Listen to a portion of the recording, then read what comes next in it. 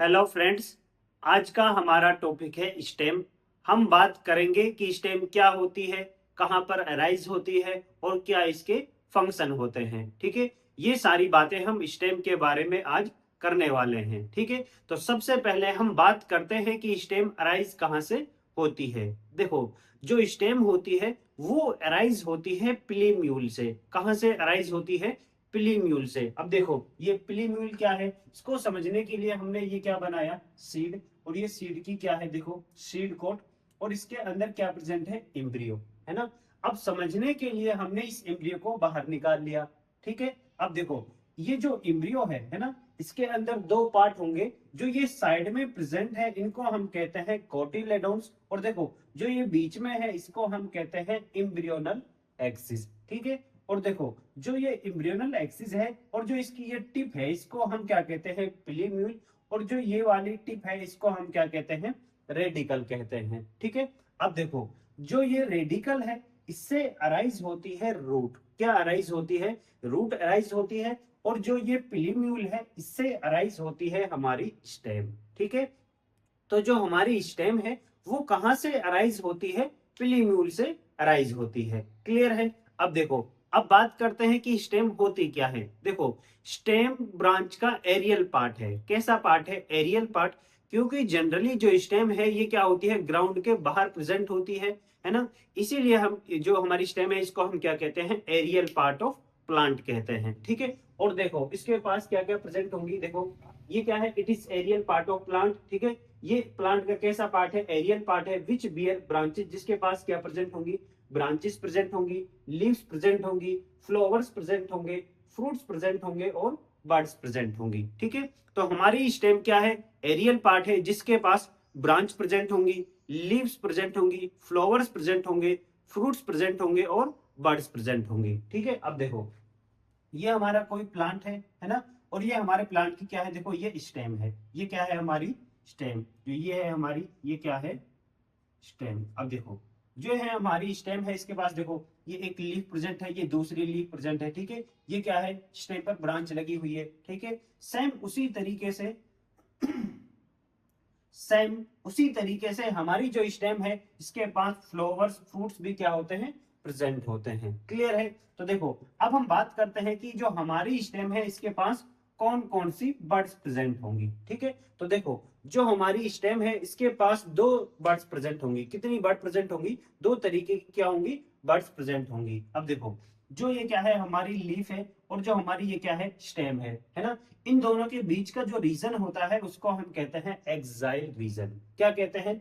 Leaf और stem के बीच का जो रीजन है उसको हम क्या कहते हैं, एक्साइल रीजन कहते हैं। ठीक है, और इस एक्साइल रीजन में एक बर्ड प्रेजेंट होती है जिसको हम क्या कहते हैं, एक्सिलरी बर्ड कहते हैं। ठीक है, तो एक्सिलरी बर्ड कौन सी है? वो बर्ड जो कहां प्रेजेंट हो, एक्साइल रीजन में प्रेजेंट हो, उस बर्ड को हम क्या कहते हैं, एक्सिलरी बर्ड कहते हैं। ठीक है, तो ये बर्ड कौन सी हमारी, axillary bud present at the axil region. जो कहां प्रेजेंट होगी, एक्साइल रीजन में प्रेजेंट होगी। क्लियर है? अब देखो, जो हमारी दूसरी बर्ड है वो प्रेजेंट होती है ब्रांच के टिप पर और स्टेम के टिप पर। देखो, ये हमारी क्या है, स्टेम, इसकी ये टिप है, यहाँ पर एक बर्ड प्रेजेंट है। ठीक है, ये क्या है, ब्रांच है। अब देखो, ब्रांच के टिप पर भी क्या है, एक बर्ड प्रेजेंट है।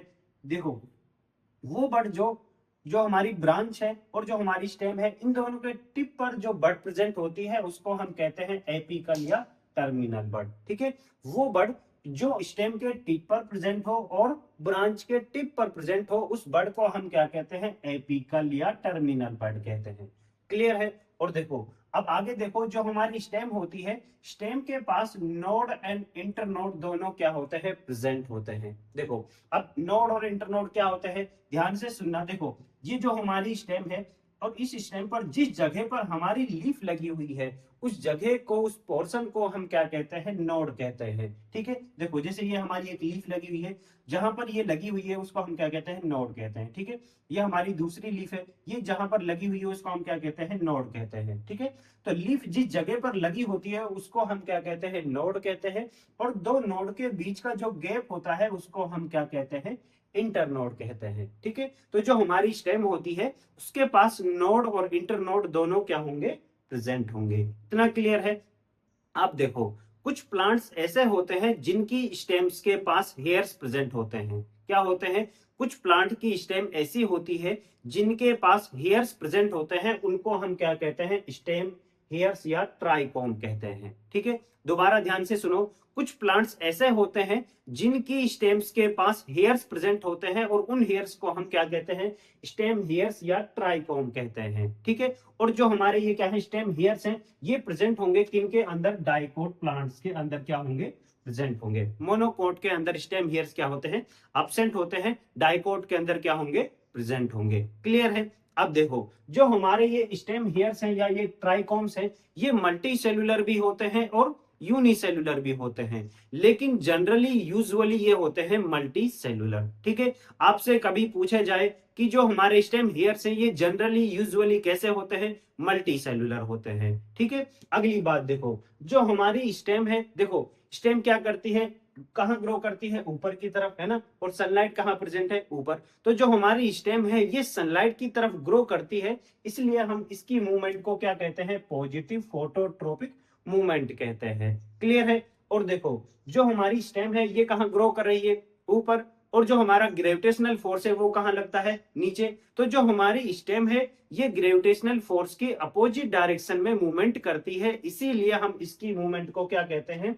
नेगेटिव जियोट्रॉपिक मूवमेंट कहते हैं। क्लियर है? और देखो, जो वाटर है ये कहां प्रेजेंट है? नीचे, है ना? और जो हमारी स्टेम है ये कहां ग्रो कर रही है? ऊपर। ठीक है, तो जो हमारी स्टेम है ये वाटर की अपोजिट डायरेक्शन में मूवमेंट करती है, इसीलिए हम इसकी मूवमेंट को और क्या कहते हैं? नेगेटिव हाइड्रोट्रोपिक मूवमेंट कहते हैं। क्लियर है? अब देखो, अब हम किसकी बात करते हैं? स्टेम के फंक्शंस के बारे में। देखो, जो हमारी स्टेम होती है उनके मेन दो फंक्शन होंगे। कितने फंक्शन होंगे? दो मेन फंक्शन होंगे।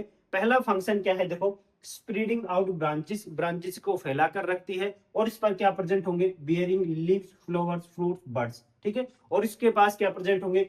ब्रांच, वो सॉरी, लीव्स प्रेजेंट होंगे, फ्लावर्स प्रेजेंट होंगे, फ्रूट्स प्रेजेंट होंगे और बर्ड्स प्रेजेंट होंगे। ठीक है, ये हमारी स्टेम का क्या है? पहला फंक्शन है। ये क्या करती है?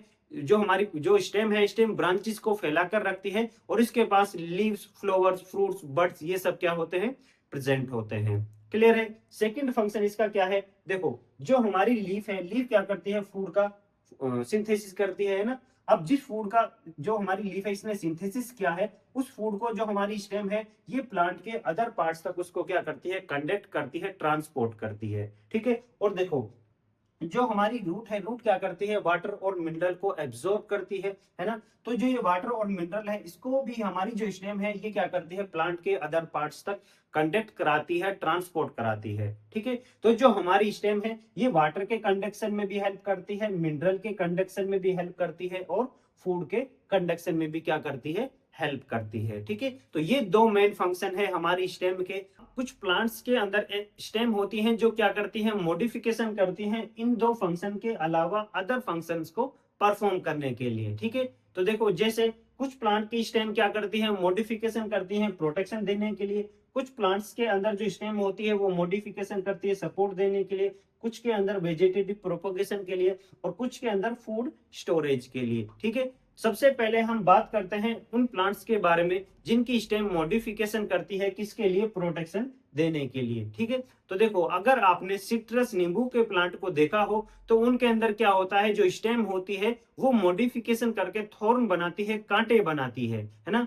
और जो ये थॉर्न होते हैं ये क्या करते हैं? प्रोटेक्शन देते हैं। ठीक है, तो इनके अंदर स्टेम ने क्या किया? मॉडिफिकेशन करके क्या किया? प्रोटेक्शन का काम किया। ठीक है, अब देखो, अब कुछ प्लांट्स की जो स्टेम है वो क्या करती है? मॉडिफिकेशन करती है सपोर्ट देने के लिए। जैसे अगर आपने वाटरमेलन और ग्रेप्स की बेल को देखा हो तो इनके अंदर क्या होता है? एक स्प्रिंग लाइक स्ट्रक्चर होती है जिसको हम टेंड्रिल कहते हैं। क्या कहते हैं?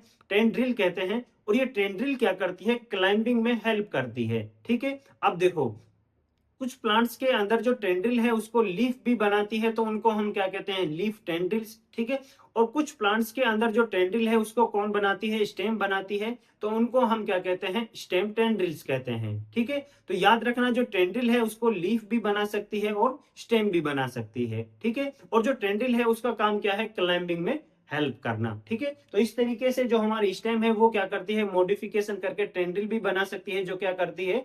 क्लाइंबिंग में हेल्प करती है। क्लियर है? अब देखो, जो हमारी स्टेम है वो क्या करती है, वेजिटेटिव प्रोपगेशन भी करती है। अब ये वेजिटेटिव प्रोपगेशन क्या है, देखो वेजिटेटिव प्रोपगेशन एक एसेक्सुअल रिप्रोडक्शन का मेथड है जिसके अंदर प्लांट के वेजिटेटिव पार्ट से क्या होता है, न्यू प्लांट का फॉर्मेशन किया जाता है। ठीक है, तो जो हमारी स्टेम है इससे भी क्या होता है, कंप्लीट प्लांट का फॉर्मेशन हो सकता है। तो हमारी जो क्या है स्टेम है वो क्या कर सकती है, वेजिटेटिव प्रोपगेशन भी कर सकती है।